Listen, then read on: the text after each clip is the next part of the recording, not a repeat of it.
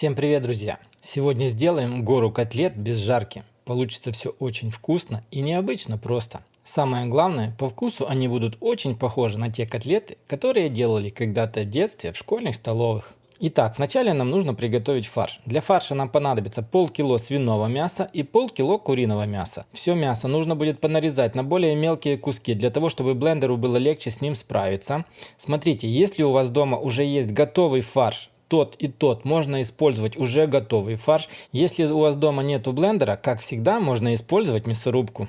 Я же люблю использовать всегда свежеприготовленный фарш, так все получается намного вкуснее. Отправляем все нарезанные куски мяса в блендер и на максимальных оборотах превращаем все в фарш. Готовый перекрученный фарш отправляем сразу же в глубокую тарелку.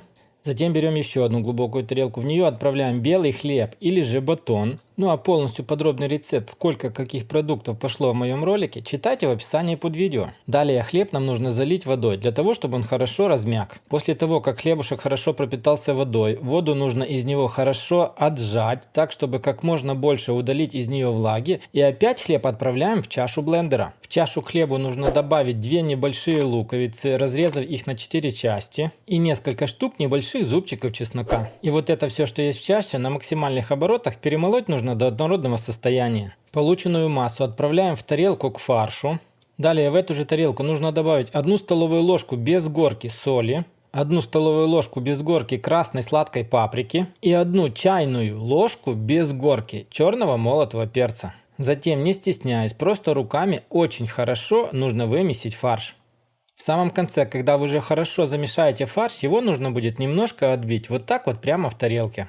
Ну что ж, а сейчас самое основное, мы будем выделывать наши котлеты хорошо смоченными руками в воде. Руки должны быть хорошо мокрыми. Берем то количество фарша, которое вы посчитаете, что для вас оно по размеру будет идеальным для вашей котлеты. Вот так вот руками, хорошо его отбивая, формируем небольшую котлету. Затем каждую котлету с двух сторон нужно очень хорошо обвалять в панировочных сухарях. В этом случае сухарей не жалейте, лишние они у вас к котлете не прилипнут. Готовые котлеты мы будем укладывать на противень, застеленный пергаментной бумагой. Сколько котлет укладывать на противень, решать только вам. За один раз на мой противень поместилось 15 котлет. Затем берем подсолнечное масло и каждую котлету с верхней стороны нужно немного смазать подсолнечным маслом, так чтобы полностью вся котлета была покрыта небольшим слоем. Подсолнечное масло во время выпечки даст небольшую корочку, и вся сочность останется внутри котлеты. Далее смотрите, вот этот противень нам нужно установить в разогретую духовку до 200 градусов на 30-35 минут.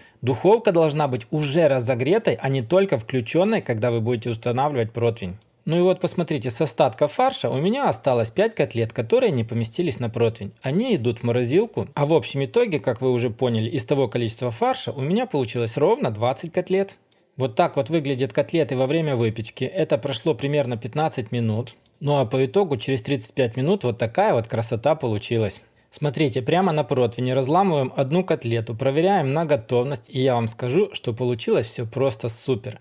Сочные котлеты внутри с небольшой корочкой снаружи. Ай-яй-яй, просто бомба. Когда кушаешь такие котлеты, сразу же вспоминается школа. Ну что ж, друзья, вот такой вот необычный и очень вкусный рецепт сегодня у меня получился. Если вам понравилось, обязательно поставьте лайк, не понравилось, поставьте дизлайк, поделитесь таким роликом с друзьями и обязательно подписывайтесь на канал, нажимайте на колокольчик, чтобы не пропускать мои новые рецепты. Всем пока, всем до скорых встреч на канале Аппетитная кухня.